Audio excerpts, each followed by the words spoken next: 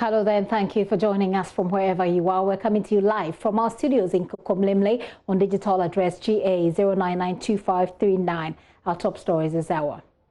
Senior high schools reopen as final year students prepare for their exams. The day is almost over. We touch base with our correspondents across the country for updates on outcomes from day one of reopening after a long COVID-19 break.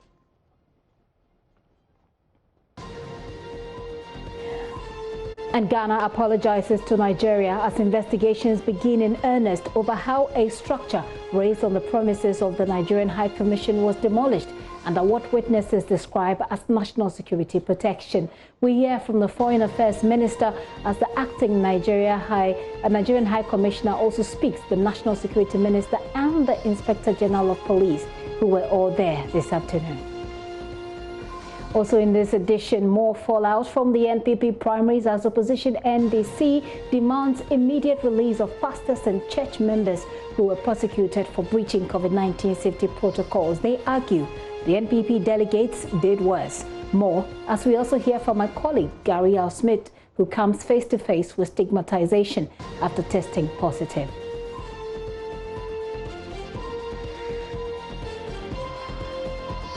We're live on your digital television, also on DSTV 421, GoTV 144. We stream live on YouTube. We'll appreciate your thoughts on 0540-109-009.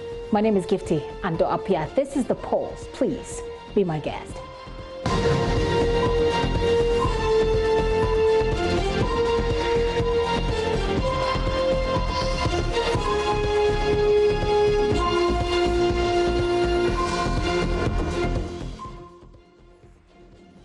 All right, here at the residence of the Nigerian High Commission to Ghana, and the destruction that you see behind me, it's the staff quarters that has been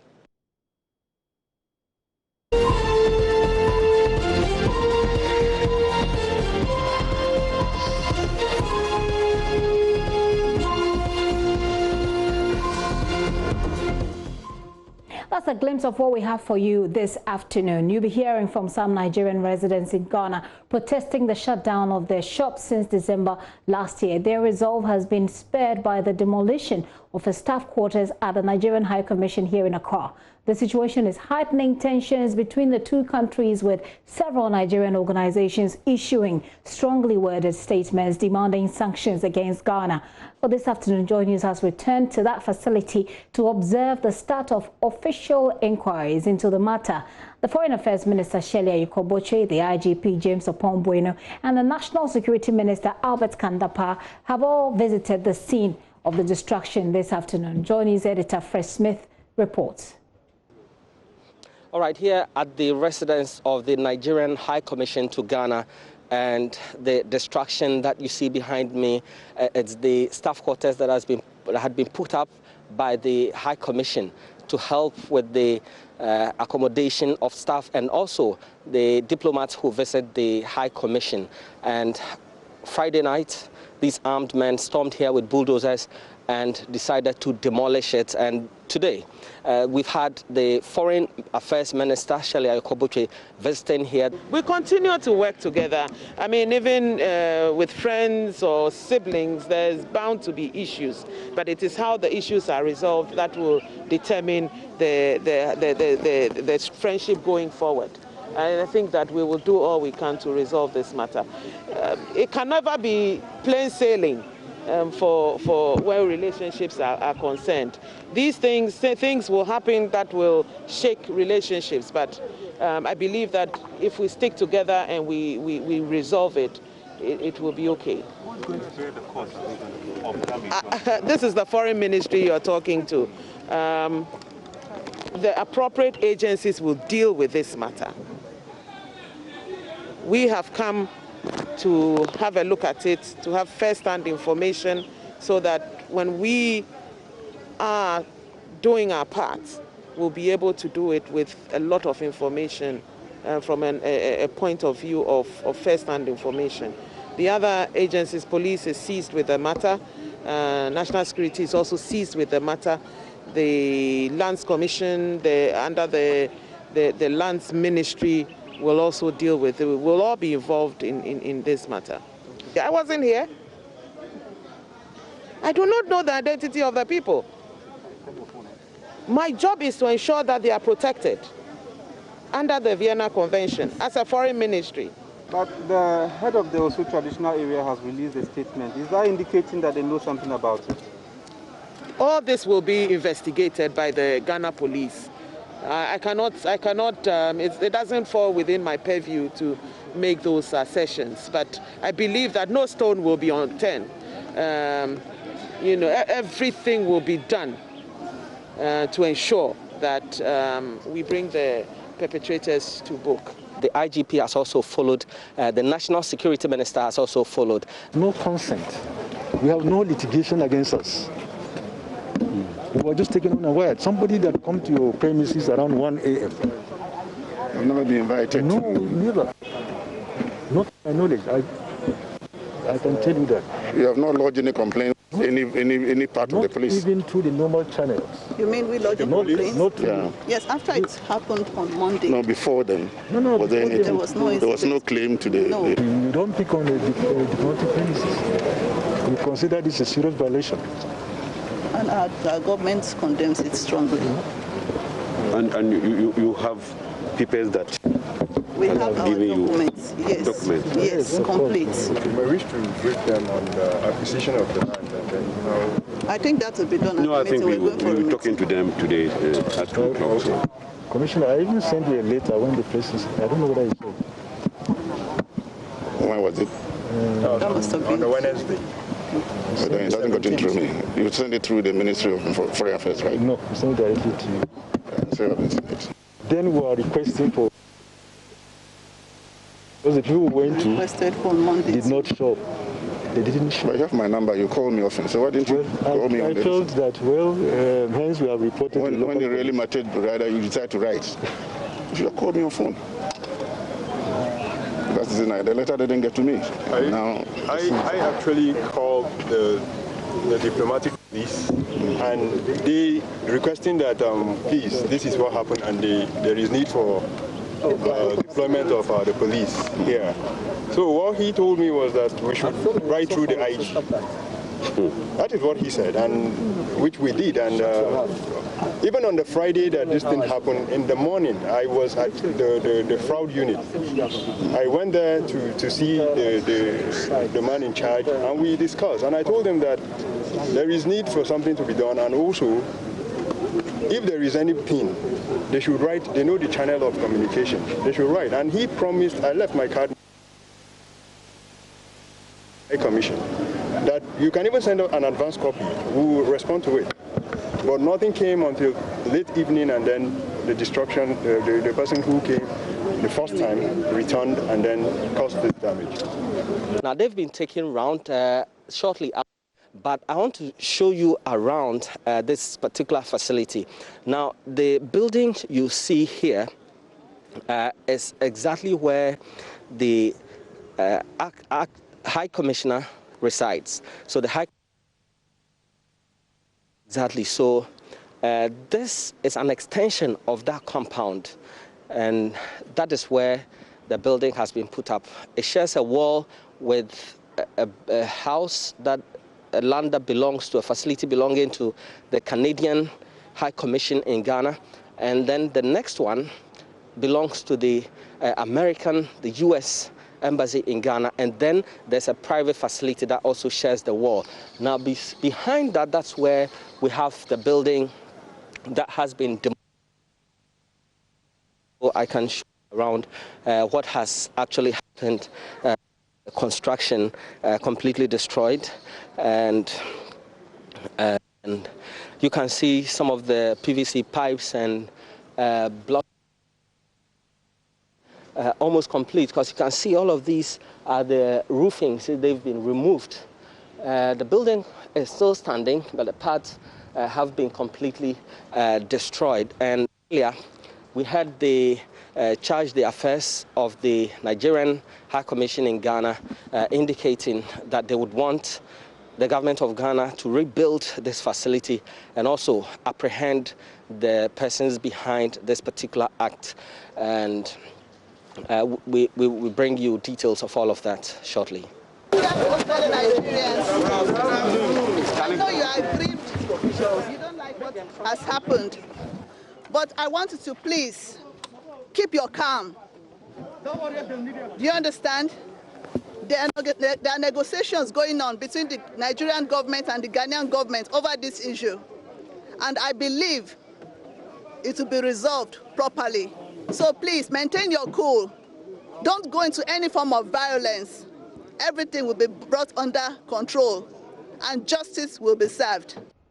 Astariwa there, she is the acting Nigerian High Commissioner to Ghana. So Fred Smith has joined me in studio right now. So we'll get you a bit more of the insight into the story. Fred, she at this point is telling the Nigerians who I believe have gathered there to remain calm. Why was that even necessary? Well, because a number of them, around 50 or more, had gathered at the facility, opposite the High Commission, demonstrating, and they were unhappy. A lot of the placards that I read indicated that their shops had been shut down by some persons in Ghana, and they mentioned Guta, they mentioned the police, and they are unhappy about it. This, they say, has happened since December. It's been about 8 months, they say, and they are not getting any response from them. They don't have any means of income, and so they're there, they are hungry and need their shops reopened. So they essentially went there with their own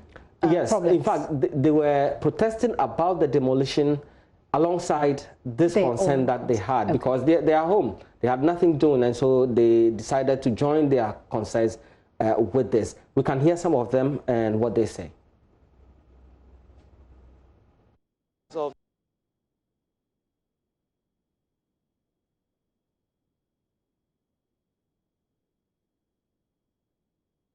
if you people are following the truth, we are Africans, and you close our shop for 8 months. 8 months. Yes. I have a children, I have family, and I have been suffering since that to today. And you are telling me you haven't able to carry the media. If you tell me you are a media man, say the truth. Let the whole country know that what your people are doing is not good. Guta hate us, and the government is pretending because of the election. It is not good. We are human beings. Okay? We are human beings. We are Africans. We are Nigerians. Even if you hate us, allow us to operate.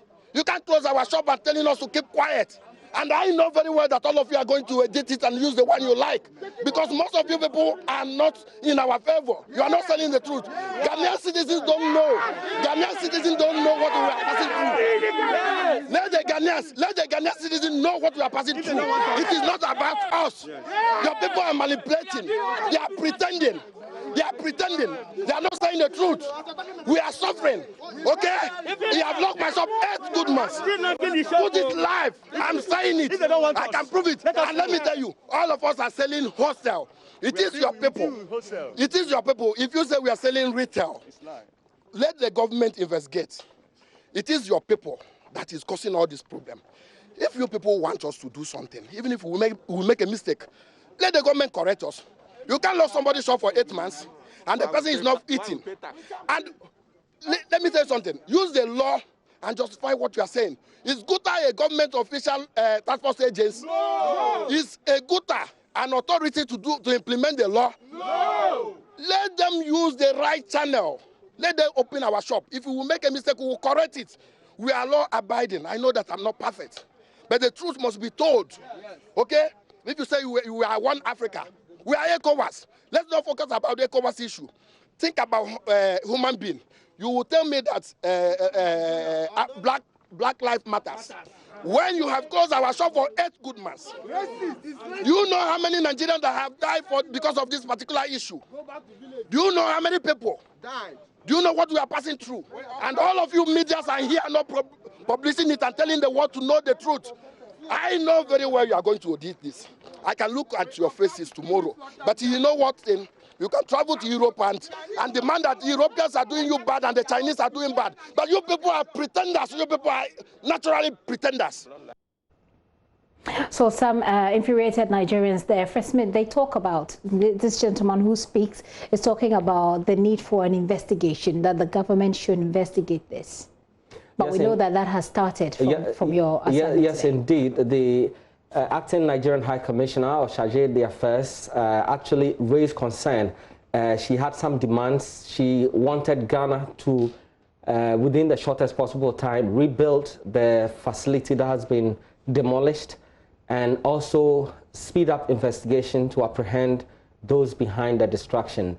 But the Foreign Affairs Minister, Shelia Ayoko-Botwe, was quick to respond that the demolition is not a government-sanctioned activity, and so government has no hand whatsoever in what happened on Friday night.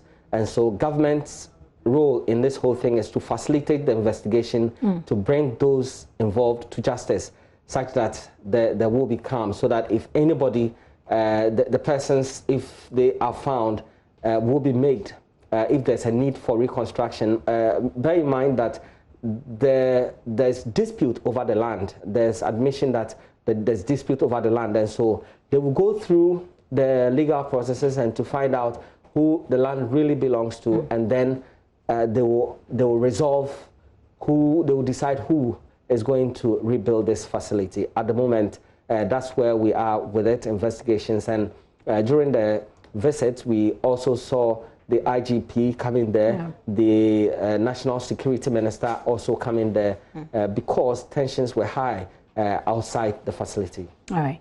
Well, Fred, thank you very much. And that's an investigation that has just begun. We're keeping our eyes on it, and we'll bring you more. We'll also be finding out what kind of conversation is going on about this in Nigeria. We'll be talking to Amarachi Ubani. He's a foreign affairs correspondent with our partners Channels Television in Nigeria. But we want to find out from you, what are your thoughts and your concerns? Send us a WhatsApp message. This message says, "Good afternoon, Gifty. We're from those behind the demolition. You say Ghana is becoming unbecoming in terms of lawlessness, and I think we have to be careful with situations upon situations in this country." I'll take a very quick break. When I return, we connect to Nigeria. We'll also bring you the fallout from the NPP's primaries, because the NDC just this afternoon has been holding a press conference. What are they saying? They're talking about COVID-19 protocols and the fact that they have been breached. We're also having this edition for you a look at how the reopening for final year students to go to school went. Do stay with us.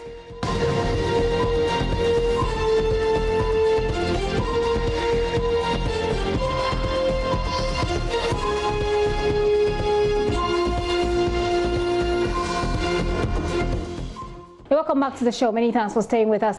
Let's get to Nigeria. I said that we will get there to find out what sort of talk is going on in Nigeria over this. How is the media there even reporting this? I have on Zoom Amarachi Ubani. She is foreign affairs correspondent for our partners Channels TV. Amarachi, thank you so much for your patience. Do tell us, how is this story panning out in Nigeria?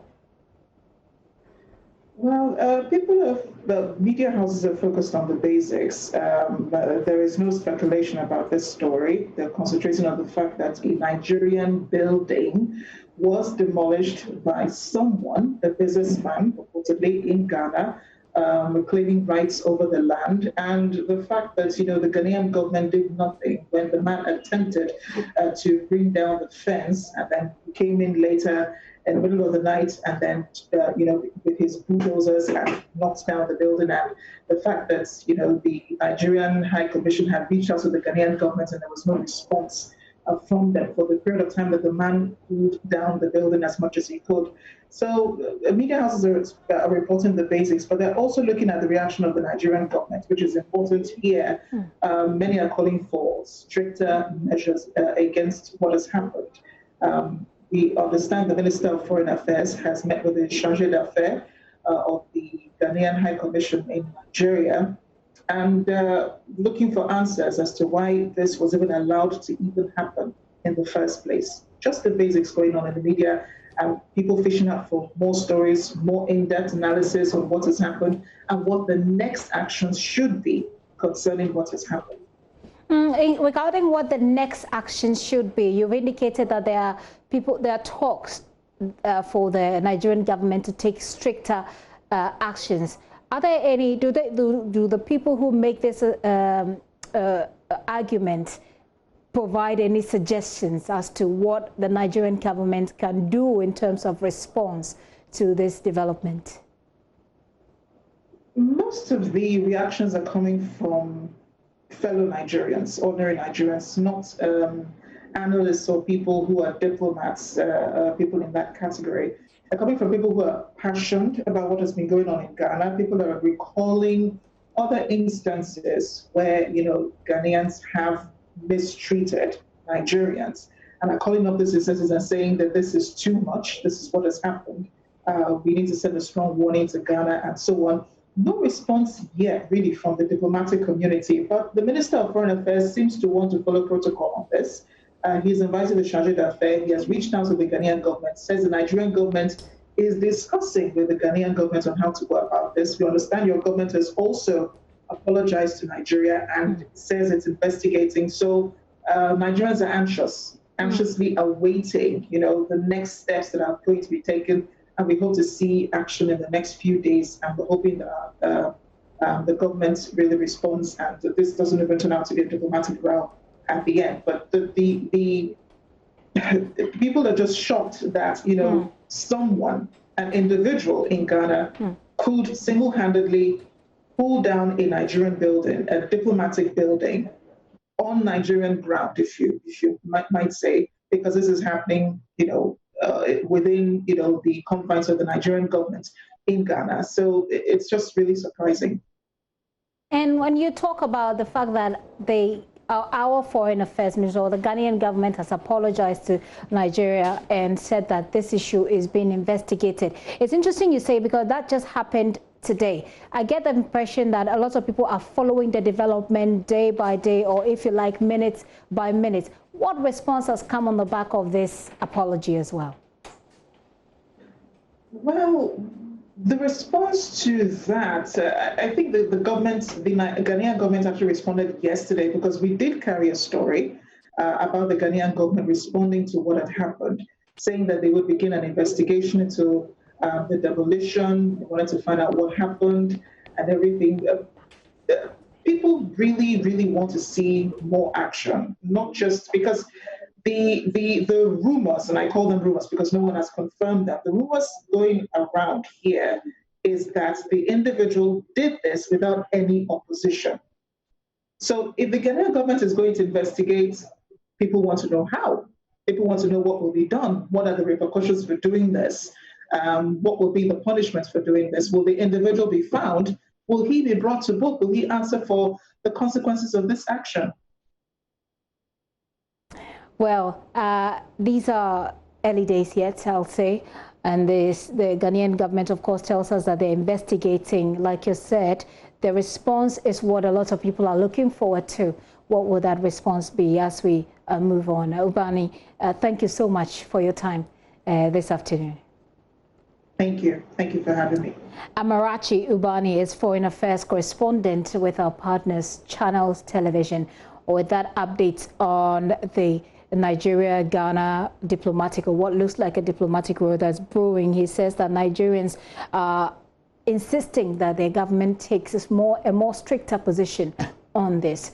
We'll keep our eyes on it and we'll bring you more of that. Let's take a focus on students returning to school after a rather long COVID-19 break. We begin from up north. Headmaster of Wa Senior High School, Simon Yang, has disclosed that the school has made advanced preparation for the final year student of the school. And we'll be touching base with Rafiq Salam for the very latest. But before that, the headmaster also said, in addition to personal protective equipment, the government has also provided for the school, they have also gone on their own to provide some of the things needed. Rafiq Salam put together this report. Take a look before we get to him live. You know, we're depending so much on the arrival of the PPEs. Thank God, on Saturday, we took delivery of some of the PPEs. They have given us Veronica buckets, they have given us hand sanitizers, and some thermometer guns. In fact, what we haven't received is a liquid soap and then tissues.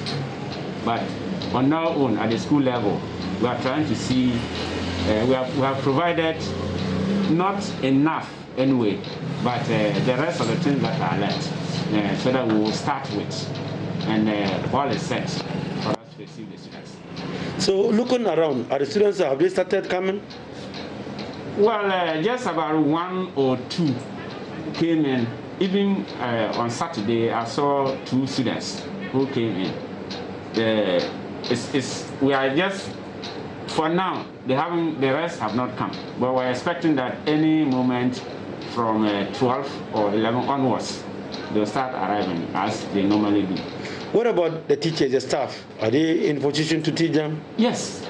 The staff, we are ready because we held a staff meeting and we discussed all that. Our timetable is ready. House masters are set to receive the students into the various houses. How many students do you expect to be in school? Yeah, we're expecting in all the candidates we have, there are 446. We are a single track, so we are not expecting from 2 gold students. So we are just dealing with the 446 candidates. In terms of social distancing, classroom division, how are you going to go about it? We don't have a problem. Our classrooms, we don't have too many classrooms. And we are trying to make use of as many classrooms as possible. So we are not going to exceed the 25 maximum per class. In some cases, there will be less. What message do you have for parents who have their wards coming to the school?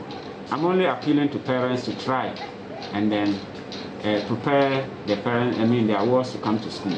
We know that government is providing some face masks, but we think parents should supplement because just 3 may not be enough. We know they are reusable, but if parents can also add a few, I think it will go a lot to help. We're also appealing to parents that they should entertain fears. We are prepared. Whatever protocol is put in place for their children to be safe in school, we are going to ensure that. In terms of the provisions, they should have them, things that they need. Because when they come to the school here, we are going to hold assemblies with them and also let them know that the past way of sharing that, oh, this is my friend, hugging, shaking hands, and doing all those things. Using those who have performed abolition, they're using common things. We want them as much as possible. That should stop. So we want to impress upon parents to try and provide all the necessary things that they will need to be independent in as far as the use of these things are concerned.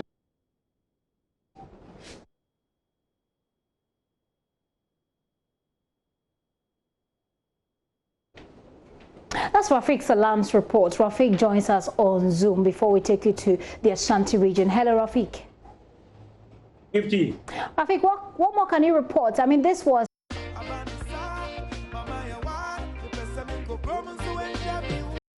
What is there to tell?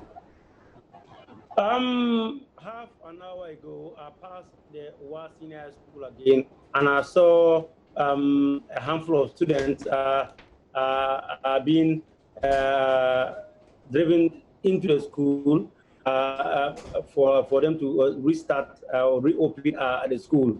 And so, like you have heard from the headmaster of the school, they have put in advanced preparation for the students to return to the Wa Senior High School. When I visited there in the morning, already the tutors, including the headmaster, they were locked at a meeting as to how things was supposed to go. And so the headmaster, Mr. Simon, told me that they are already prepared for the students to come, and even in terms of social distancing and also classroom crowding, they wouldn't have any problem regarding that, because already they have more than enough classrooms to take care of those things. But he also have advice for parents in terms of the personal protective equipment at the school. They are saying that one government is providing face mask 3 for each student. At least the parents could complement that with either 2 or 3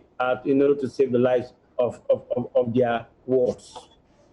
But Rafiq, one of the key things that have come up is that parents have been a little bit apprehensive. A little bit is perhaps an understatement, but parents have been generally apprehensive about taking their children to school. And there have been calls for these students and their teachers to be tested. What conversation is going on in the Upper West region about this reopening, especially as it started today?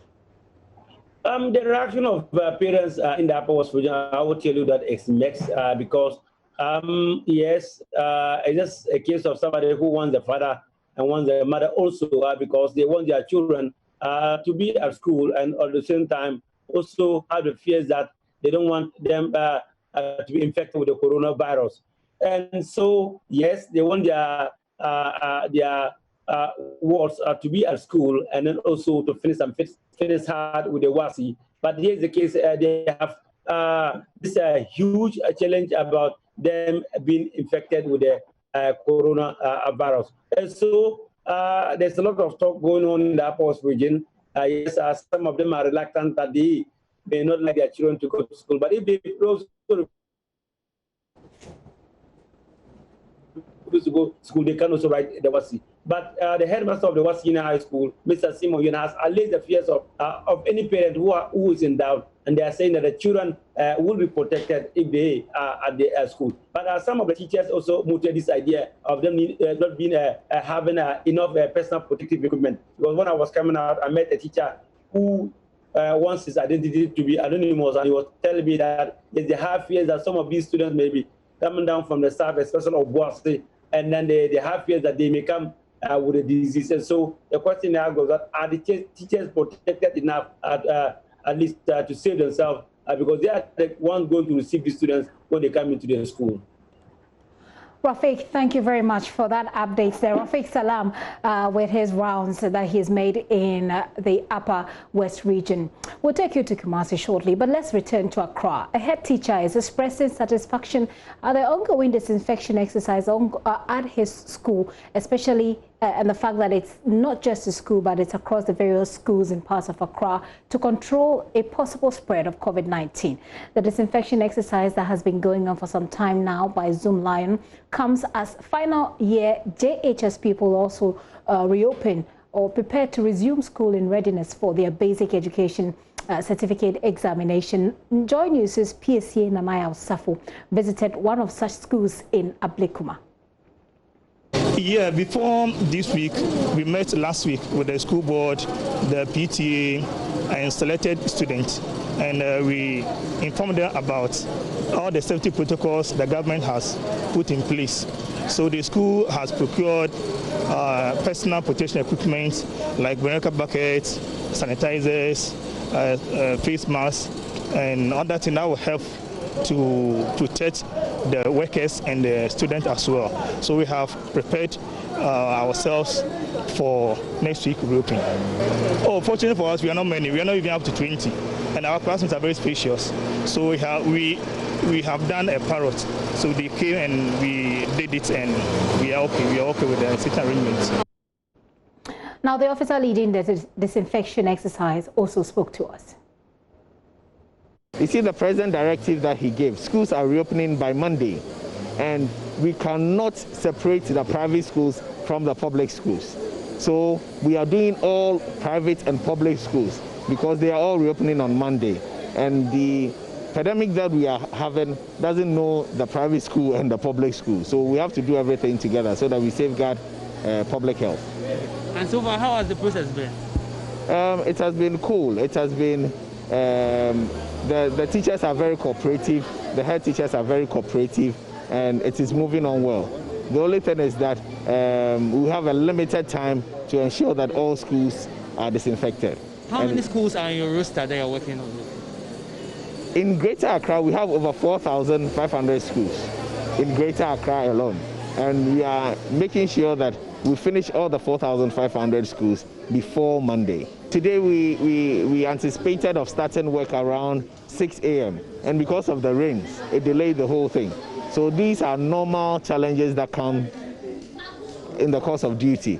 So we are also working. We are looking at from tomorrow having a team that is doing the morning and the evening shift so that at least by the end of the day we cover all the places that we have not covered. Because the places that we have not covered, if we don't cover the school cannot be opened for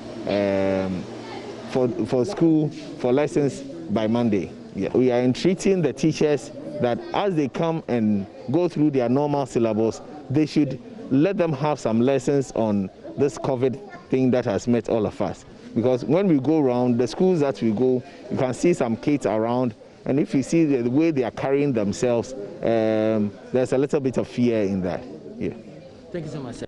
So that's it for the junior high schools here in Accra. And indeed, the disinfection exercise has been going on across both the junior high schools and the senior high schools. Let's now head to Ashanti region.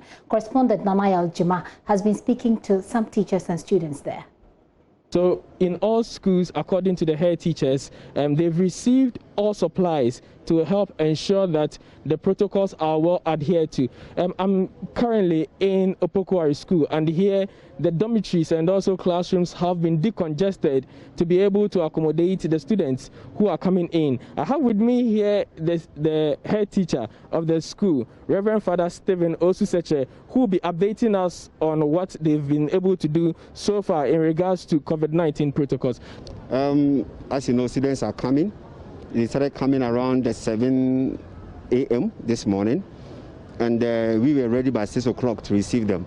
We had received all the necessary PPEs yesterday. So, around 6 o'clock, 6 p.m. we had everything. We spent time to put them together. And then this morning, teachers started coming first. Around 6 teachers were here. And then we gave them the PPEs, nose masks and the hand sanitizer. We have put all the vertical buckets in vantage points. And then when students started coming, we checked their temperature, and then we have had some stands around the school. So when you check temperature, you're okay, you go to where your housemaster is, and then you register. And then when you register, it's there that you'll be given your nose mask and your hand sanitizer. In the dormitory, you have distance the beds, and then your number. Because school use numbers, not names. So you put your number on your bed. That's where you're going to sleep.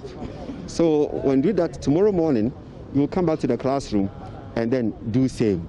You distance that. Every classroom, some big classrooms have 30 students, and the smaller ones have 25. We decided not to go beyond 30. So we put them in 30 and 25, and then we will put your number on your seat, your desk. That's where you will sit for classes and for prep. That's right. Thank you very much. So we also have the Kumasi Metropolitan Chief Executive, who is also touring some of the schools in the Ashanti region, and we want to know what he has observed so far. Well, first of all, you see, I have my director, I have my Metro Director of Education with me.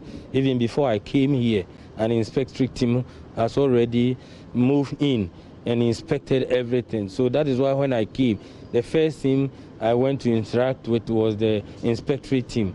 So this is the time that the school inspectorate team are going to be taxed to be working more than they used to be. Because nowadays, they will not be sitting in their various offices. Always they have to be moving out, going out, and whatever the challenges is, then they will report to us.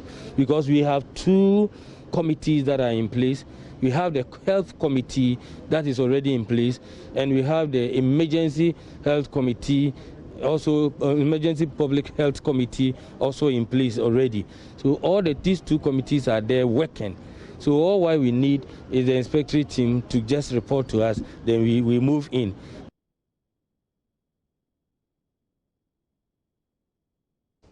So did you go to school, or if you are a parent, did your children go to school? Let me connect with my colleague Nanaya Aljima for more of what he found on the ground. Hello, Nanaya. Nanaya, generally, what has the response been? Today being the first day, apart from what you found on the ground, generally, what has the response been? So moving from school to school in the Ashanti region, some parents are willingly bringing their children to school, but the numbers are not as huge as you expect when school reopens, especially when students or wards have been home for more than 2 months, even though their academic calendar is not yet ended. Parents are reluctant to bring their wards to school. Some of the wards or some of the students are excited that they are back in school, especially the final year students, because they've been looking forward to this day for very long. And some I spoke to at the Sakafia Senior High School, Kumasi Academy Senior High School, and also Opokwari School, all tell me they are looking forward to other colleagues joining them for classes to start. And some of them are excited about the protocols that have been put in place to ensure that to check the spread of COVID-19. The PPE is a bit of a concern for a lot of the parents. They've raised concerns about testing even for the students and the teachers. Is there any development on the provision of PPE for these teachers and students? So at Opokwari School, for instance, I saw students being handed PPEs, that's the locally manufactured ones, 2 per student, and also some were given, or all of them that I saw were given hand sanitizers. And so when you walk in, your temperature is checked, you check for your name on a board. And for the new room you've been allocated to, because there have been changes in the structure now. Some of them have been given have been assigned new rooms and also new classrooms, even though you continue with what you were learning before there was a break. So you have to check all these things. You walk to another table where you are given a PPE, that's the nose mask, too, and also a hand sanitizer before you are shown your new room and the beds you are allocated to. So PPEs are not much of a challenge in the schools that I visited. According to the headmasters that I spoke to, they've received all items that government promised to give them. Nanayo, thank you very much for that update. Nanayo Jima there, who joined me all the way from the Ashanti region, he has done a report, gone to a number of schools there. So we'll be talking to the Ghana Education Service on their preparation. I mean, how prepared they are for the number of days or the number of weeks that these students are supposed to be in school whilst they write their exams. Cassandra Chumampofo will be joining me. But let's hear from President of the Conference of Heads of Assisted Secondary Schools, Alhaji Yakub Abi Abubakar, who says about 70% of schools have so far received personal protective equipment as the students resume today. President Akufo-Addo, as you're well aware of by now, has said that government has distributed 18,000 Veronica buckets, 800,000 sanitizers, 36,000 rolls of tissue paper, and 36,000 gallons of liquid soap, as well as 7,200 thermometer guns. Let's hear from Charles. As said by our president, the PPEs too, by the grace of God, within Saturday and Sunday, most of the schools have received the PPEs. Talking about the nose masks, talking about the thermometer guns, talking about the Veronica buckets, and then the sanitizers, they have reached quite a good number of schools, though there are some few that are yet to pick theirs this morning as a result of late arrival of those items as of yesterday. How many schools have been supplied as of this morning?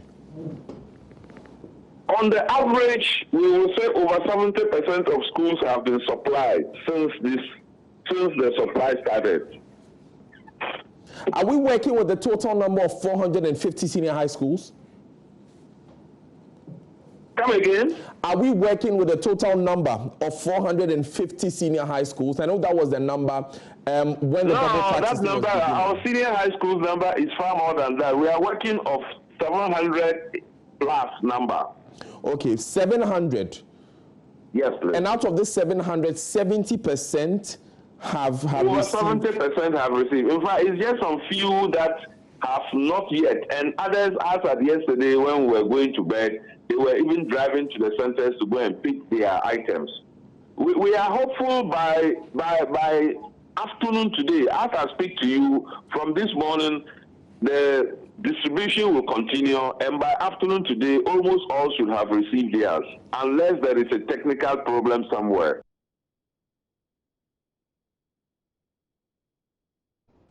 That's the president of CHAS speaking to my colleague Daniel Dazi on Prime Morning. Let's head to the Education Service, the Ghana Education Service, and speak to its spokesperson, Cassandra Chumampofo. Cassandra, thank you for your time this afternoon. Good evening, Gifty, and thanks for having me. So we understand, I mean, my colleague from the Ashanti region has just reported that as far as his checks are concerned, there weren't any problems with PPEs. How many schools, and can you tell, if you can give us some evidence to that effect, whether all the schools have received these PPEs as outlined by President Akufo-Addo? All right, Gifty.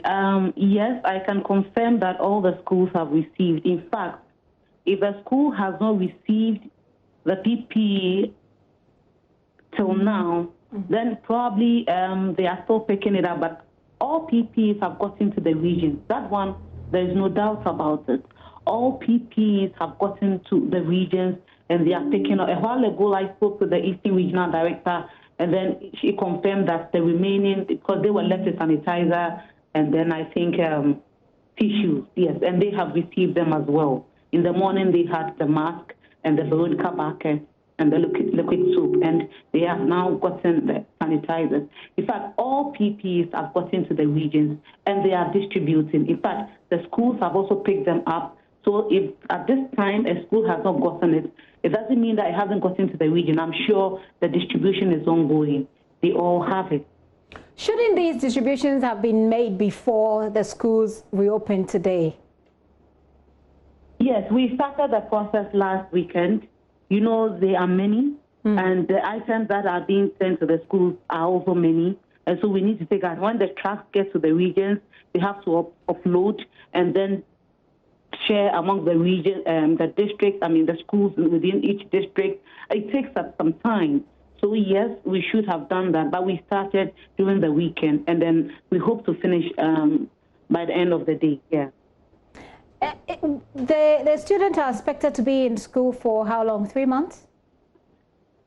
The student, no, 6 weeks. They will be in school from now to July 31st, and then take their exams from August 3rd to September 4th, and then they will exit. SHS2 Gold will vacate on the 31st of July. Okay. And so they will be in school for 6 weeks. For 6 weeks? Yes. This applies to both senior high school and junior high school? No. Help this me. Applies to the senior high school, SHS3, and then the SHS Gold. Okay, and then what happens with the junior high schools? The junior high school students, as a GHS3, will go to school on the 29th. That's next week, Monday, exactly a week today. And they will be in school for 11 weeks. From June 29th to September 11th, and then they will use 1 week to write their exit exams. That's from September 14th to September 18th. So they will be in school for 11 weeks, and then they write their exams and then exit. There have been calls for some sort of testing, at least for these students and some of the teachers. Is that something that the Ghana Education Service is at least working on, because we know that has not been done? Kindly come again. I didn't hear you well. I'm asking about the cause or some of the concerns raised by some parents that teachers and students should be tested before they go. And I'm saying that, is this something you are considering, at least because we know that it's not something that has been done already? Yeah, that hasn't been done. And in fact, we per the science and data that we all rely on, and per the Ghana Education Service, we are not the experts when it comes to health matters, but we all know, Gifty, that we have been told that a test today or a negative today, even this morning, doesn't mean it will be negative in the afternoon. Then it means that we are going to test every now and then, like 3 times even in a day. And so the most important thing for all of us to do is to observe all the protocols that have been put in place to ensure that we are all safe. And when something, if a student or a teacher shows signs and symptoms, the person will be isolated, and the other measures, will continue.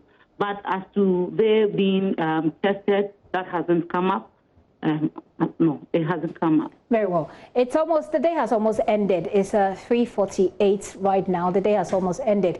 What is the Ghana Education Service's assessment of how the reopening has gone so far? I must say that it has gone so well. So far, so good, because the schools that we have visited, and even the places that we could not, the feedback from CHAS and some senior high school heads, in fact, have indicated to us that everything they have received their PPEs. In terms of parents also going in with their wards, they are also excited. In fact, the students themselves are happy going back to school to finish. We all heard of COVID-19 at home. They already started observing the protocol, social distance, washing their hands, wearing their face masks. And so for them, it's a continuity. We feel that everything has started so well, and we also hope that whilst they are in school, they will continue to observe all the protocols so that we will not have any issues, and then they would exit or write their exams and then leave. So let me assure the parents, students still at home, that the schools are safe. We have disinfected the schools. We have put all measures in place to ensure that they are safe. Teachers are ready on standby. Everything is on course to ensure their safety. And so if a student or a parent is still thinking of whether to send the word, please do not doubt what we have put in place. Everything is on course, and we will ensure that each one, our students, our teachers, are safe on campus. Cassandra, thank you very much. And it's still early days yet because they just started today. So I'm sure that from tomorrow we should be able to come to you with a lot more of the concerns we'll be picking up on the ground and get some of the responses. But I'll just read to you this message and then let you go. It says, when doctors, nurses, and even media men and women are observing COVID-19 protocols, he means that even though they are observing these protocols, they are still getting infected. How much more young students who are boisterous and difficult to control? The decision, he says, to open senior high schools in the name of writing WASI is not the best, and that's a fact. From Manaf Wakilu, it's not meant for a response, but if you want to have a go at it, by all means. Otherwise, that's it, and I say thanks. Thanks, Gifty. Cassandra Chiuman-Pofu speaks for the Education Ministry. They say it's still early days yet, but she's saying that per their assessment, it's gone well so far. We'll still be keeping our eyes on our situation. We'll go across the country. We'll bring you more of that. Let's do some politics right now. And you do know that the weekend was full of NPP activities. Of course, it was the NPP primaries. Now, chairman of the governing NPP, Freddie Blay, is fighting off claims that the loss of over 40 incumbent MPs in the just-ended parliamentary primaries would have dire consequences for the party in the upcoming December polls. Mr. Blay describes the loss of the MPs as regrettable. He, however, argues that the delegates chose candidates with the requisite acumen to advance the party's fortunes. Almost 25% of NPP MPs, including the chairman of the Finance Committee, Dr. Marcus Ibeyeboa, who contested to retain their seats in the just-ended primaries, lost. Some political watchers have observed that the move will hurt the NPP, but the chairman of the party disagrees. He's been speaking to JoyNews' Kwesi Parker Wilson. We are yet to have the full report from the various constituencies, but offhand, I will say, speaking for myself as an individual, it's been a keenly contested primaries. Nothing that we could do in terms of influence, irrespective of what people may even say, that the party could have, as you mentioned, protected its sitting MPs, more so those who were manning various committees or even front benches and so forth. But going by constitution, the constitution says we should do this. There is an extent to which you can persuade people not to participate or not to partake in the primaries. We did try in some cases to do so. But at the end of the day, a contest is the very first rule about democracy. And our constitution, the party's constitution, allows that, provides for that. And we've gone through that. Thank God, it's been keenly contested. People have shown so much interest. To me, it depicts the vibrancy of the party. Although, or notwithstanding, a few casualties that are taking place unexpectedly. It's not few casualties. I mean, that's the argument that, as we speak, 41 MPs lost their seats. In fact, there's accusation that some of the leadership, the party leadership, the hierarchy, and I'm talking about yourself and NEG, actually engineered some of the defeat. How do you respond to that? With reference to Esebeyebo's constituency, that is New Javinsas. I deny that. I want to be honest with you. There could be individuals who have their own biases and preferences in the various constituencies. But as a policy, I don't think the party, NEC, did not engineer the exit or the defeat of any individual MP. Of course, I would have loved, speaking for myself, this is after the fact, I would have preferred SB being a member of the to retain the seat, considering the very vital role he's been playing.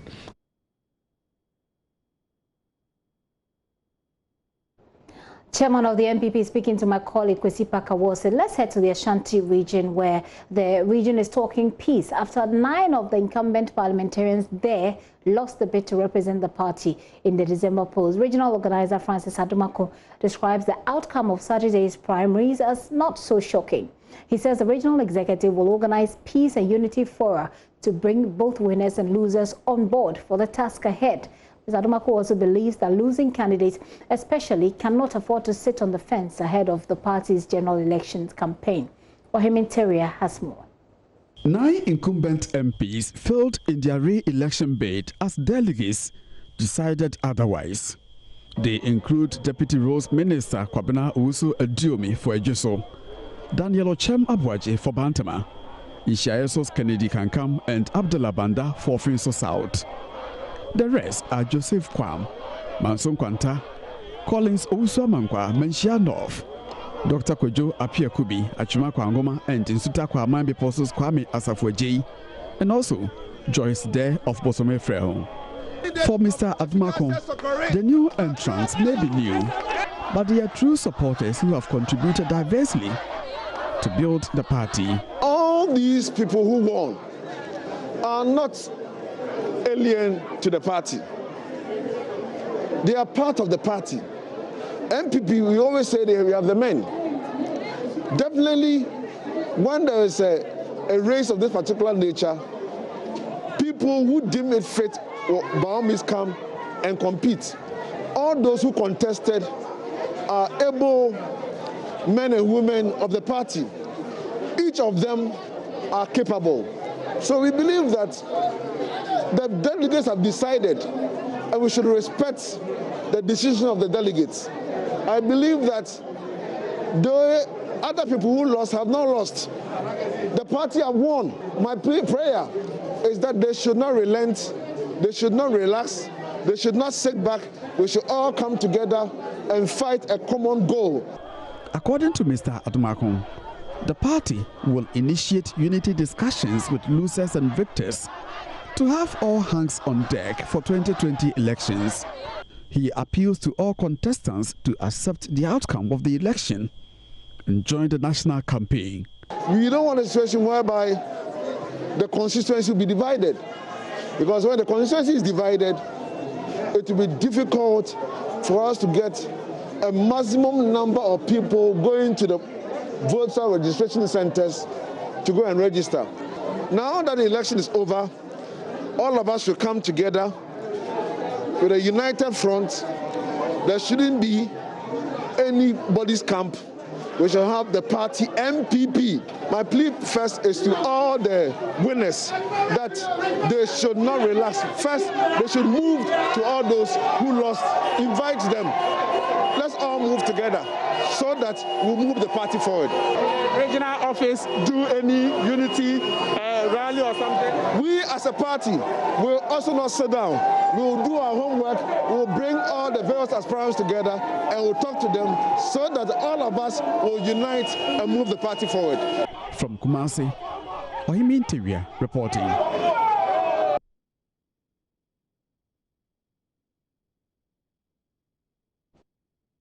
What would this do to Parliament in itself? Let's have a quick conversation with Dr. Rashid Rahman, who's joining me all the way from Canada via Zoom. Dr. Rashid Rahman, thank you so much for your time, and I really appreciate your patience. Good afternoon. Good afternoon. So I'm just wondering, you probably monitored this from wherever you are or over the weekend, and you saw, I mean, at least we're looking at about 40 or 41 people in Parliament who are having to leave Parliament. What does that say to you? Well, I mean, what it does say is that we are already in some kind of a deficit in terms of the participation and performance of members of parliament when it comes to the core business of lawmaking and oversight.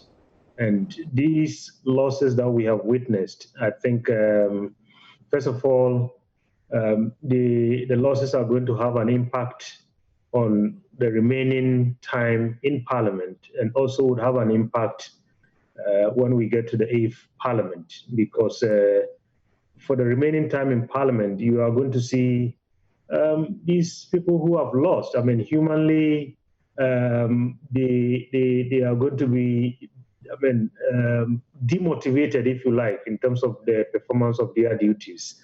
And then when we get to the 8th Parliament, if you add this number to the possible losses that we are going to see in December, you might be counting about maybe 50% plus attrition rate. And that certainly will have an impact on the work of Parliament.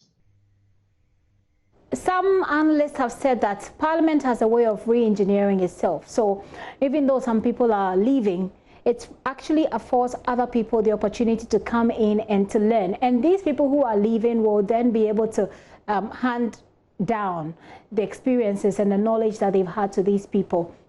Should Parliament not focus rather on a smooth system through which information and knowledge can be passed on to other people rather than be concerned about those who are leaving? Well, I think there are positives to both arguments, but right now, I think those who argue that knowledge can be passed on, there is no, I can tell you, Gifty, there is no organized and formal way of passing this knowledge and information to new entrants in Parliament. I haven't seen that. I've been involved with this Parliament since the beginning. I haven't seen anything like that.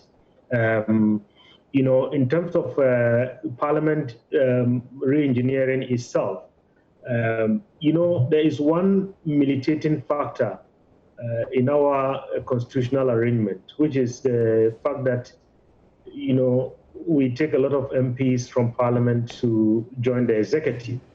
I mean, that constitutional arrangement already is a big factor that weakens the role of Parliament, because most people go into Parliament, you know, they end up focusing more on their work in the executive than on their work being legislators. So we don't have, you know,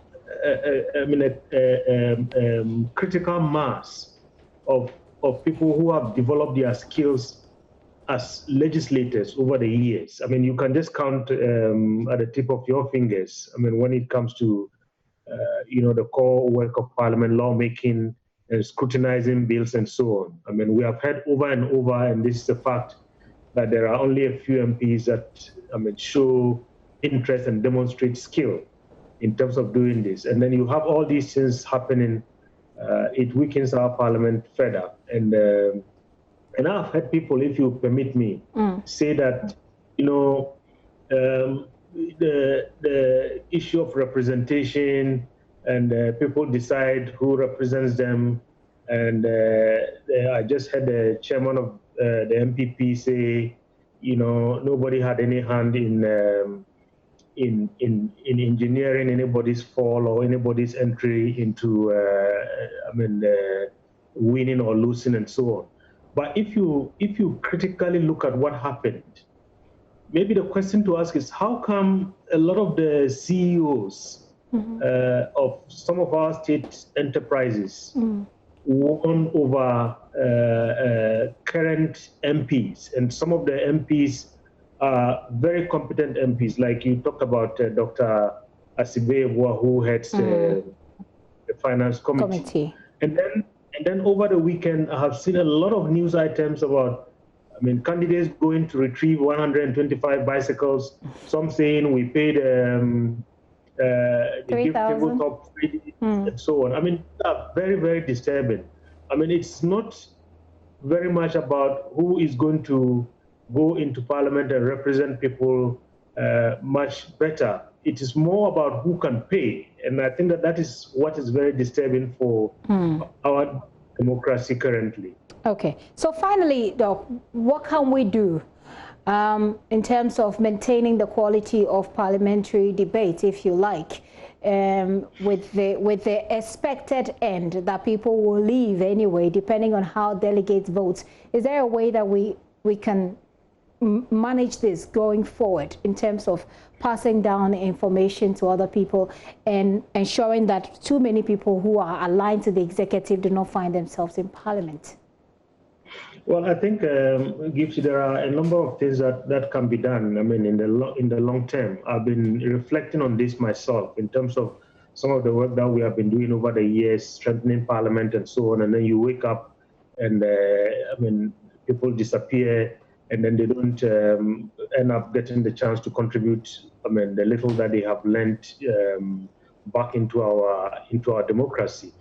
I mean, I've heard arguments from both sides. I mean, the majority leader and the minority leader about, some form of protection for experienced members of parliament. I mean, there's a very strong argument to that because in some countries, you see they stagger legislative elections in such a way that not all MPs are presented at the same time for re-election. So that way, if you have a 2-year overlap, then you have a situation where even if you end up losing some MPs, not all experienced MPs will disappear from the floor of the House. That helps in ensuring that knowledge is passed on and people get to learn the ropes before the next elections. For instance, as it is done in the US, where they have midterm elections and then they have the other elections. Others have also spoken about, finding a way to protect some seats. We have seen that a number of seats were protected in these primaries. I mean, it was done in a way that, for me, I would describe some of it as quite undemocratic because a lot of people have complained that, we were forced out and so on. Some have complained we want to file our nominations. We go to the office. The office is closed. We can't find the chairman of the party. We can't pick forms and so on. These are all arrangements that could be done within the party. I believe there is a need for some form of protection. But this is an arrangement that could take a very long time, and that could be done within each of the parties, so that way, based on their legislative agenda going into the elections, they know, which MP to protect and which MP to let go in terms of maybe going to face a competition. And then we've been talking about gender and so on and so forth. For instance, we saw the deputy majority leader. If there was any seat that would be protected in terms of women representation in parliament, I thought that was one seat that should have been protected. But we saw how, I think it became one of the hotly contested seats in the last. Everybody was watching that particular seat. So, all I'm saying is, if we are not careful, the way money is playing a very huge role in our parliamentary and other elections, and there are no proper mechanisms for ensuring continuity and so on. We might wake up one day and face a situation like what Senegal faced one time. 95% of the MPs disappeared from parliament. That doesn't build a democracy. Right. So I think the parties need to begin carefully thinking about this and making sure that they have in place mechanisms, not to wait until maybe a few months before the primaries and then all this running around and brutal tactics are used to eliminate some people and to protect, some others. Very well. Doc, thank you so much for your time and also for your patience. Dr. Rashid Rahman is the Executive Director of the African Center for Parliamentary Affairs. He joined us all the way from Canada via Zoom. So it's not the scientists or the political scientists alone who are talking about the NPP primaries. Of course, you should expect to hear from the opposition NDC. They're demanding the immediate release of pastors and church members who were prosecuted for breaching COVID-19 safety protocols. The party is arguing that delegates of the NPP primaries violated the protocols in the full glare of the police, and yet no arrest was made, a situation the NDC believes will thwart the fight against COVID-19. Communications Director for the party, Sami Jemfi, is accusing President Akufo-Addo and the police of selective application of the law. He's been speaking at the party's weekly press briefing. Were reports by you in the media of how social distancing, wearing of face masks, and other critical COVID-19 preventive protocols were defied and thrown to the dogs as delegates congregated in their hundreds, mingled and interacted, including wild jubilations in the full glare of the police, who are supposed to enforce the law. It is sad, cruel, and reprehensible for President Akufo-Addo, who promulgated the law, that is EI 64, which has led to the arrest, prosecution, and imprisonment of pastors and other Ghanaians, to turn around and supervise the flagrant violation of the same law by his party officials and members with the impunity we saw during their Saturday parliamentary primaries. This, ladies and gentlemen, is unacceptable. This is abominable, particularly at a time church and mosque gatherings have been restricted to a maximum of 100 attendees and a duration of 1 hour. And at a time, Ghanaians who are found not to be wearing face masks are being subjected to all manner of degrading and inhumane treatments. The recklessness and lawlessness displayed by the NPP during their just ended parliamentary primaries, coupled with a selective application of the law on COVID-19 preventive protocols by our law enforcement agencies, make the imprisonment of pastors and Ghanaians who were convicted for breaching public gathering restrictions under EI 64 totally unjustifiable and unfair. And I think I must explain this for emphasis.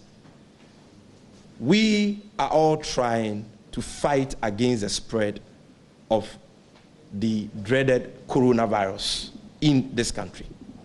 And so we are all making sacrifices, sacrificing our freedoms, freedom of religion, and so on, adhering to the precautionary protocols which have been outlined by the Ghana Health Service and the World Health Organization to ensure that we keep safe and protect, and prevent the spread of the virus. As a result, President Akufo-Addo has promulgated a law, EI 64, which has imposed restrictions on public gatherings and all that. Even though the restrictions have been reviewed, there are still restrictions. For example, we are not allowed to have more than 100 people in attendance in our churches and mosques and so on. And our pastors, our imams, are abiding by these things. Pastors who were found to have breached these guidelines right from the outset were arrested, prosecuted, and some of them have been jailed. As we speak, people are in jail for breaching COVID-19 preventive protocols. As we speak, churches cannot gather, mosque, people cannot go to the mosque and pray like they would want to do because Sami Jemfi also describes the what he call the voting as what was characterized by vote buying. He says it's alarming and must be condemned. As you may be aware, the entire primaries was conducted in an environment where those who could afford the biggest pecuniary or monetary inducements carried the day. Huge amounts of money, I repeat, huge amounts of money. In some cases, 6,000 Ghana cedis per delegate, 5,000 Ghana cedis per delegate, 4,000 Ghana cedis per delegate, and so on, exchange hands in full glare, in the full glare of the media. While material gifts such as refrigerators, flat screen televisions, motorbikes, tricycles, and other valuables were distributed to bribe and induce party delegates. Ladies and gentlemen, how a party which few years ago was begging for money from kayais and street hawkers, how a party which few years ago toured the world with a cup in hand begging for money, can afford this level of opulence and ostentation 3.5 years into coming into office, after coming into office, speaks volumes of the endemic corruption and thievery that has engulfed the Akufo-Addo government. Because certainly the money we saw them distributing, the flat screens, the motorcycles, the cars, and other valuables we saw them distributing, is not money, you know, they had before they came into office. Clearly, this is money they have made in the last 3.5 years. And that should give every well-meaning Ghanaian legitimate cause for concern, because they are the very people who few years ago, when they were in opposition, were struggling to pay their utility bills at their party headquarters. They were soliciting for funds from kayais.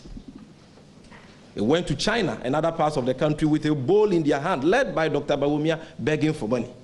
And so if today they can be distributing as much as 5,000 Ghana cedis per delegate and all these valuables, then we must ask them how they came by this wealth.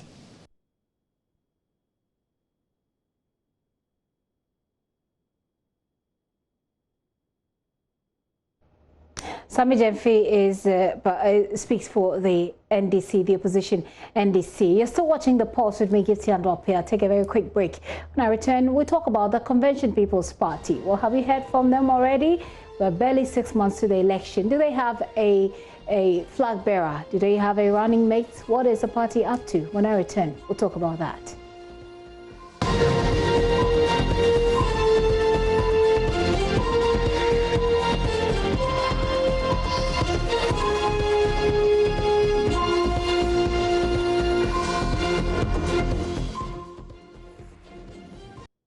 Welcome back to the show. Many thanks for staying with us. Now let's talk about the CPP, the Convention People's Party. It was a savior and revered by many in the country back then. But the party has seen a dip in fortune since the overthrow of Dr. Kwame Nkrumah in 1966. Now the party does not even have a representative in parliament. Could that dip in fortune change? How? Well, at least that's a message from a new face seeking to bring the party back to power in the Fourth Republic. Dr. Divine Ayivo is a former Reverend Minister at the Adventist Church and believes that he can win the 2020 elections for the CPP. He joins me right now in the studio. Dr. Ayivo, you're welcome to the show. Thank you. Okay, so what is has the CPP approved you already as the flag bearer? We are waiting to go to Congress. We have some internal issues that we're trying to straighten up. So what kind of internal issues are they? Well, we have some lawsuit raised by the party legal department against some party officials. And that has been in court for a while, since February. And hopefully we will be finished with that by the 2nd of July. Okay. And then we have put in an interim management committee, an IMAC, that's going to take us to Congress. And when is the Congress supposed to We are hoping it will be towards the end of July or middle of August. Why is it, has it taken the CPP so long? Mid of August, then you have September, October, November, December, barely 4 months to get through to an election. Is the CPP serious? Yes. How so? We just had some misfortunes, but the whole country is waiting for CPP. It's the third force that people are waiting for. It's what the youth are looking forward to. The youth, some of them have been unemployed for the past 4 years, and then this 4 years, another 8 years is gone. They have no hope. CPP is for the grassroots. CPP is for the youth. CPP is for the ordinary people. And we are the only ones that look to their welfare. And so when we come in, with those 3 months, we can run a campaign, a very serious campaign, and win. I see. The CPP has, I mean, we've not heard of the CPP. People actually think that it's been run down. So it's such a surprise that you're saying that it went into hibernation. CPP went into hibernation. It went into a little hibernation. And we are coming back. We're rising from the ashes. And we will take over the administration of this country. Well, that's easy to say, isn't it? It's not easy to say. It's you have to have a plan. To say. You just, what's the plan? Share your plan. You have to have a plan as you're coming in. Okay. For if you don't have a plan and you come into office, before you started thinking of it. So we plan to at least finish all the unfinished business. You know, this modern administrations, if one is doing something and he leaves office, the other one doesn't touch it, they leave it, like the whole airport. NDC started it, it's almost completed, but NPP will not touch it, they leave it like that. So who are you? Who are you, and why should people even take you and the CPP seriously now? Well, my message is very simple. People are fed up, people are tired, and they need a change. Now tell us, what do you bring? If you talk about change, what sort of change are you bringing on the table? I'm bringing employment for the youth. How? How? By opening factories in every district. You know, one district, one factory, it's an Nkrumah's program. It's part of Nkrumah industrialization program. But we have to open the factories, not waiting for colonialists to come and open factories that benefit them and they ship everything away. No, we have to go to a region, buy the land, clear it, plant the produce, let the people work the farm, we buy the products from them, we process it right there in the region, we do the packaging, the shipping, everything. So people from that region don't have to come to Accra looking for work. There was a conversation about a merger between the CPP and the PNC. How far with that project? I have not heard anything about that. You haven't heard anything about it? You haven't asked? You don't think that if the CPP should do something like that, it will present the CPP and the PNC together as a stronger and a more serious front? Oh, if they should come, we're open for discussion. So why aren't you doing that? I mean, you don't have time. We don't have time, and we have not had that conversation. If we did, fine. I think getting to September, October, a lot of that will happen. Really? When people actually see that we are getting there.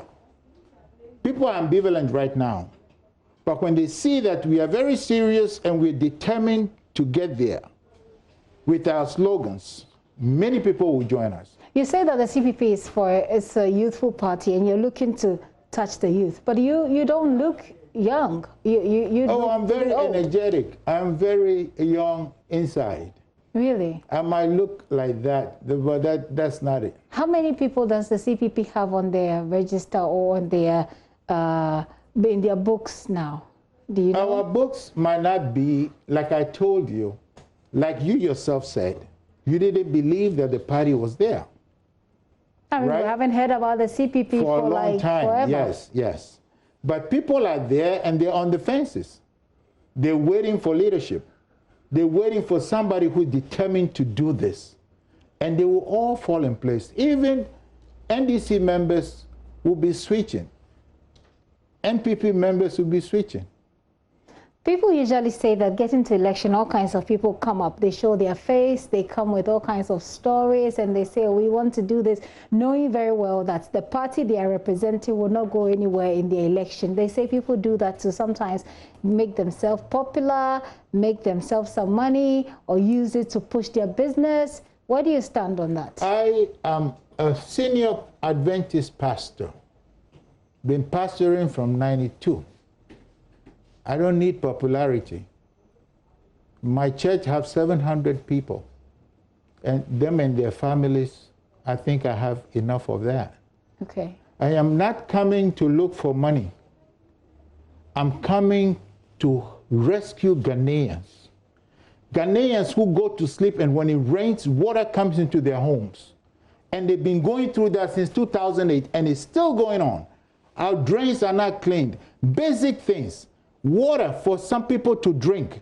They have boreholes in the villages. Boreholes are broken down and nobody's touching it. They are drinking dirty water.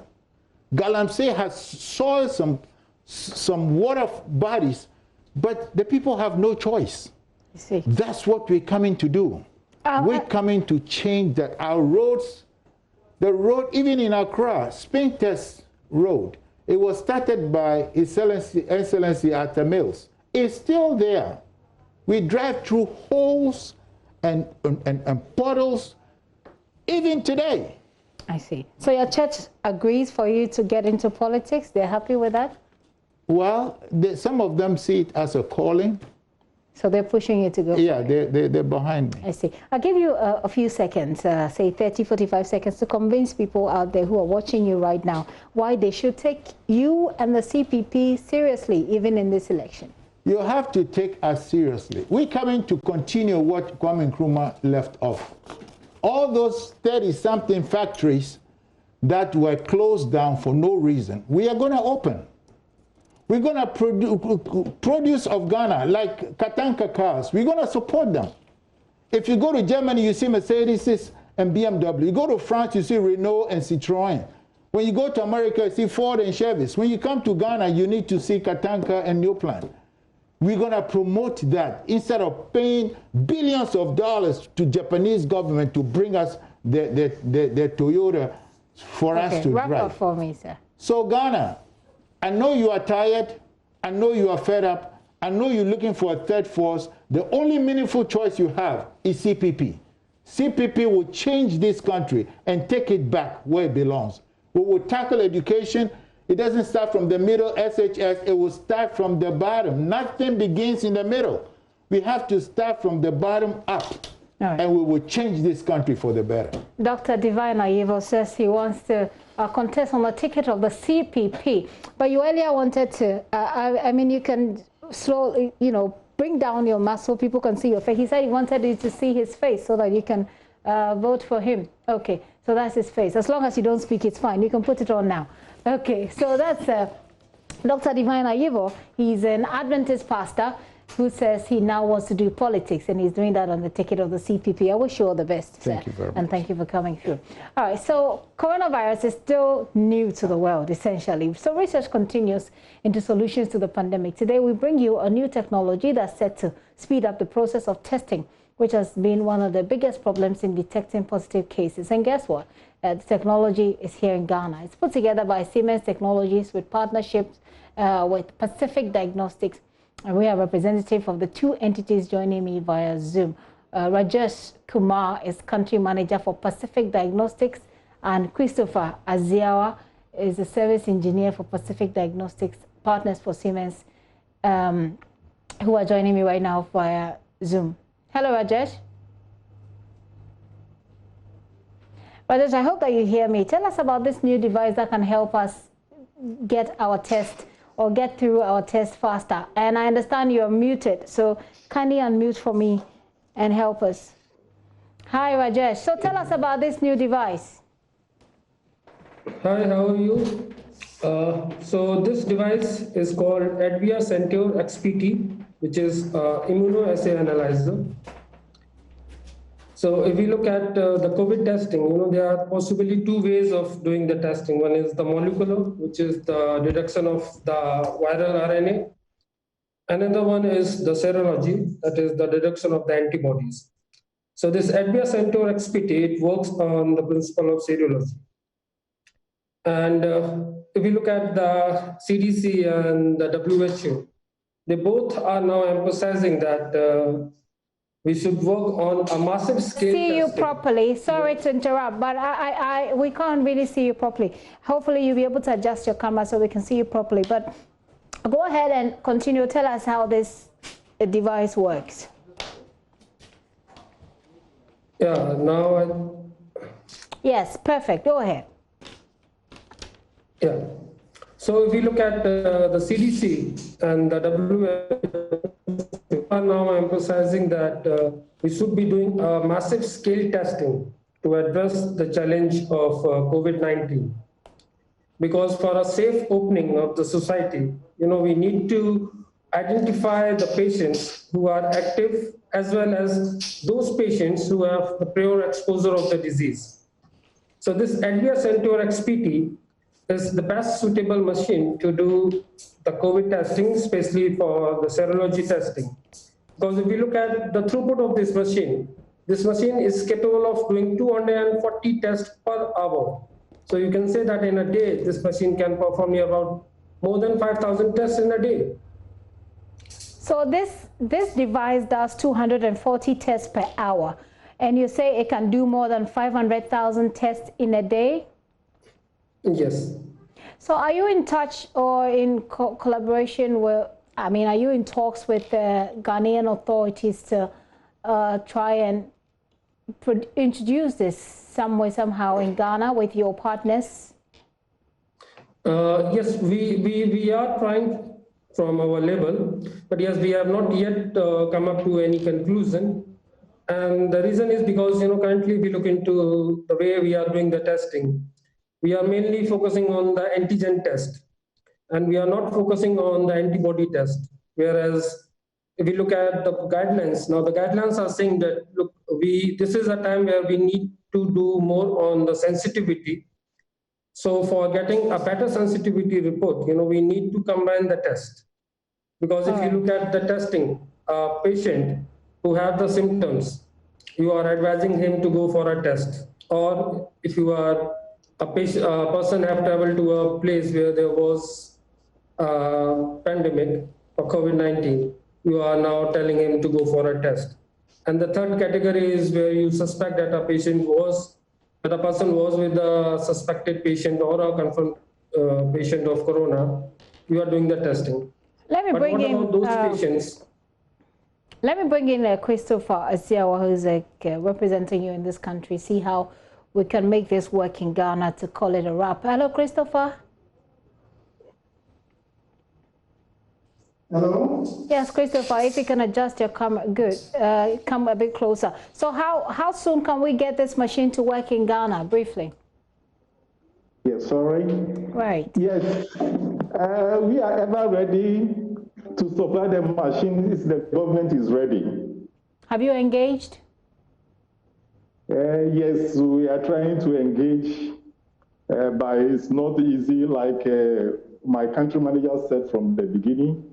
They started with this using PCR. And PCR, normally what he does is that he can do early detection. But if you come to, for example, from 15 days going, the sensitivity is very, very low. So they can just give maybe false negative or false positive. But if you come to, for example, serology tests, the more, like from 15 days going, your body will develop antibody to allow you to get more results. So because of that, the sensitivity for serology from 15 days going is 100%. How do you get negative, false negative or false positive? I see. Sounds interesting. And you say you are engaging, but what's government telling you? What's government telling you?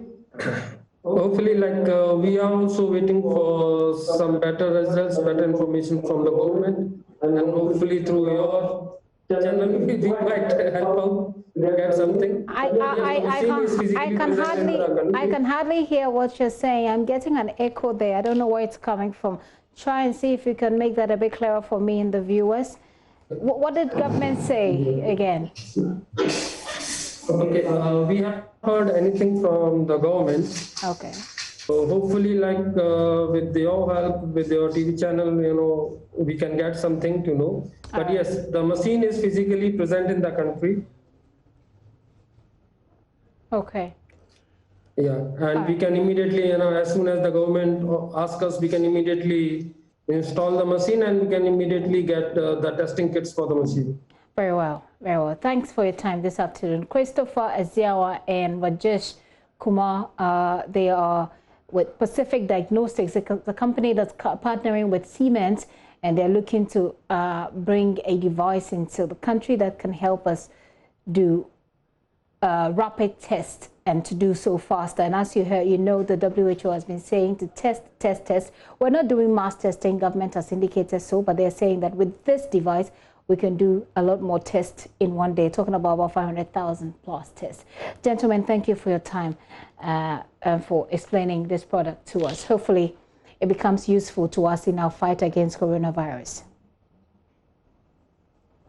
Now, still on coronavirus, some persons who have recovered from the disease at one of the country's treatment centers are dreading returning home due to stigma fears. Others who are still receiving treatment have not told their relatives they are at a COVID treatment center for fear of being shunned. Our colleague Gary L. Smith, who has been at the University of Ghana's Medical Center since his positive status was confirmed, has been speaking about real stories being shared by some of the patients on hospitalization and others who fear returning home even after discharge. People out there don't understand that if I am recovered, it means this. If I'm told that I cannot reinfect people, it's for this duration and that duration. So I think that public education hasn't gone down well with that. And of course, as you know, where health is concerned, uncertainty breeds fear and hence stigmatization. So you've got a case where a guy here called home and he said, because he came in about 5 days ago. Now, you know that the way the illness works, it is entirely possible that in 5 days, when he takes his meds and everything, it will clear, okay? Depending on the time he got his COVID-19 test done and when he was isolated. So he's been here about 5 days and he probably will have to go home. And people are saying that it's not possible that you have been there only 5 days and you are coming home. You get my point? Okay. So, yeah, these are some of the issues. And then one, so that's just one. And then two, these are from my personal interactions. People's workplaces are not prepared for post-recovery patients. So you have a lot of offices putting investments into hand sanitizers, you know, social distancing protocols, educating people on how to not get the disease, but are totally unprepared for what happens after you have left a facility like this. How do we receive you? How do we communicate to the other staff that you can't reinfect them? How do we tell them that they should not behave this way toward you? And that is just one of them. Gary R. Smith there. Well, President Akufo-Addo has had cause to once again appeal to Ghanaians to accept persons who have recovered from the disease as concerns saw stigma is still a hindrance to the fight against the virus. During his 12th address Sunday, President Akufo-Addo said there is nothing shameful about contracting coronavirus. Part of the reason for the spread of the virus is the reluctance of some persons to admit they have tested positive and go into quarantine for fear of being stigmatized, and in the process continue to be agents of the spread of the virus. Persons who test positive for the virus, once they recover, do not pose any danger whatsoever to anyone, because the scientists tell us that they can no longer spread the virus. As I've said before, there is nothing shameful about contracting the virus. And consequently, we do not have to lose our sense of community because of this pandemic. It could happen to anybody, you, me. We don't need to stigmatize. Now let's take you to Waja now, where a section of the road from Kaswa to Accra has been blocked as a result of last night's downpour. The situation is causing heavy traffic this afternoon, leaving many commuters very stranded and frustrated. PSA Nanaya Safo with a report. I'm here at the Waja Road in South Municipal District of the Greater Accra region, where currently there is teeming vehicular traffic due to the downpour that followed yesterday. Now, behind me, the roads here might seem clearer. That's the road leading from Kaswa to Accra. But as we turn to the other side, it's a rather unfortunate story. As you can see, the roads here are heavily muddied and in fact are less pliable and thus affording less speed for drivers moving all the way from Kaswa to Accra. I'm going to speak to some of the pedestrians who have attempted to cross the roads today, and of course some drivers who expressed their grievances here.